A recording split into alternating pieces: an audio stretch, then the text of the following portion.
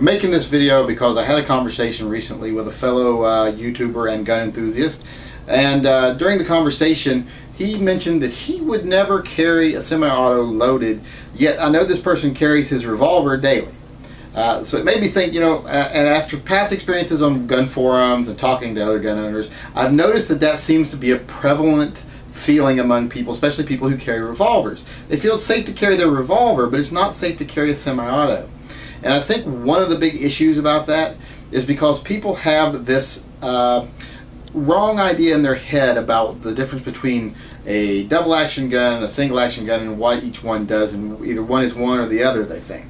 You know, and the best way to remember double action and single action is think that a double action trigger always does at least two things. It either pulls back a hammer and releases a hammer, or pulls back a pin and releases a pin. Whereas a single action trigger only does one thing. It releases a firing pin or it releases a hammer. And a lot of people think that all semi-autos are single action, unless they're full double action only, or double action and single action. But I think that's a misconception. And I think that the fear of people have for carrying the gun is because, you know, they think it's fully cocked. But when in actuality, most things like Glocks and stuff are just kind of a half-cocked position. So it's all in the head. It's all, the danger is in the head. It's not a real danger. There's not an actual difference, really, safety-wise, between carrying a revolver and carrying a semi-auto when you take the safeties and the manners in which the guns fire into account. And I want to do this video quickly to demonstrate that. Now, I've left this gun loaded for a reason here. Now, this is a revolver and it's loaded, yet most people would feel perfectly safe holding this gun. They're not frightened of it because they know, well, that hammer's down, it's not going to fire.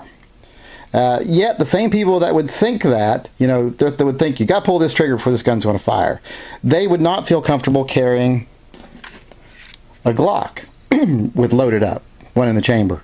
But that's kind of in your head, because when this gun is loaded, unless you pull the trigger, it can't fire. There's a firing pin safety inside that has to be depressed by pulling the trigger to the rear before the firing pin can even operate. It's the same with the car. That firing pin safety has to be activated by pulling the trigger. The gun cannot fire. If this gun is loaded and it's chambered, it cannot fire unless you pull the trigger. That is the same story with this gun. But why do people have such little problem accepting a revolver loaded, but they have such a trouble accepting a semi-auto loaded? The reason, I think, it's just all in your head. It's just what people have been conditioned to believe. They think autos are, you know, single action. They just kind of think that way. They think an auto is cocked and ready to go at any moment, and that's just not true. I'll cover in another video the difference between cocked and half-cocked, but it's just not true. There are so many safeties in place to prevent the gun from firing unless you pull the trigger. And these aren't light trigger pulls either. I mean, this trigger pull is just about the same as pulling the trigger on my revolver. So it takes the exact same movement and effort to fire this as it does to fire this, but people are okay with this. Now, this is a true single action. You know, once you cock it back, it's locked and it's ready to fire. But, you know, it's got a safety. That's why the manual safety is there. So carrying this like this is not dangerous.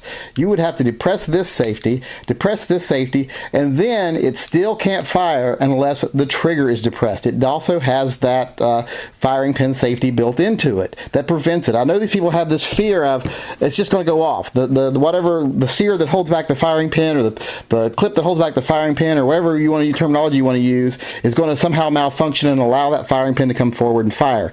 That just can't happen in most modern semi-autos. It just can't happen because of the firing pin safety. The chance of that happening, you got more of a chance of getting struck by a meteor. So worry more about meteors than you do that happening.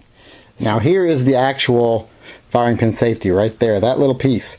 When you pull your trigger, that has to depress. That pushes in and it clears the channel for the firing pin. That allows the firing pin to travel.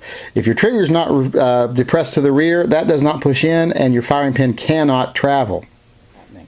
So if you start to understand your safeties and understand how the guns work, you realize that this gun or this gun with one in the chamber and one in the magazine at least is no more dangerous than carrying this. Yet people have no trouble with this being loaded. People will carry a loaded revolver and not think twice about it. Now, revolvers have a similar safety. They have a transfer bar. Now you have to pull the trigger all the way to the rear too to get this to fire. If I was to thumb this back and somehow it would release and fall forward, it still would not strike the round and fire. You would have to pull the trigger to the rear so a transfer bar slides up between it, and the hammer strikes the transfer bar, which strikes the firing pin, which fires the round. So unless the trigger is fully depressed, it will not fire either. So when you're really starting to worry more, when you're not worried about this, but you are worried about this, you're really just not understanding your weapon. You just don't feel comfortable because you don't have the knowledge that you need to have. Because if you do, you realize this loaded is no more dangerous than a revolver. It's got all kinds of safeties in place. It even has a safety on the trigger to keep you from depressing it accidentally. And like I say, they're not light. People think they're these hair triggers that you just touch and they go off. That's not going to be true on the first pull on any of these guns. They are a decent travel and a decent weight. So you're going to have to put some effort into it. The same amount of effort that it takes to fire this would most likely fire this. This is like, you're only looking at a few pounds difference in these triggers. So, if you were pushing your gun in the holster and snagging your trigger on something, chances are, if it would fire this, it would fire this also. So, and most holsters, good holsters, are going to prevent that from happening, and just a little bit of being careful on your part will prevent that from happening. But like I say, it's just in your head. There's not really any safety difference between carrying this loaded, or carrying this loaded. They're all the same. It's just you have to have the knowledge to understand your weapon.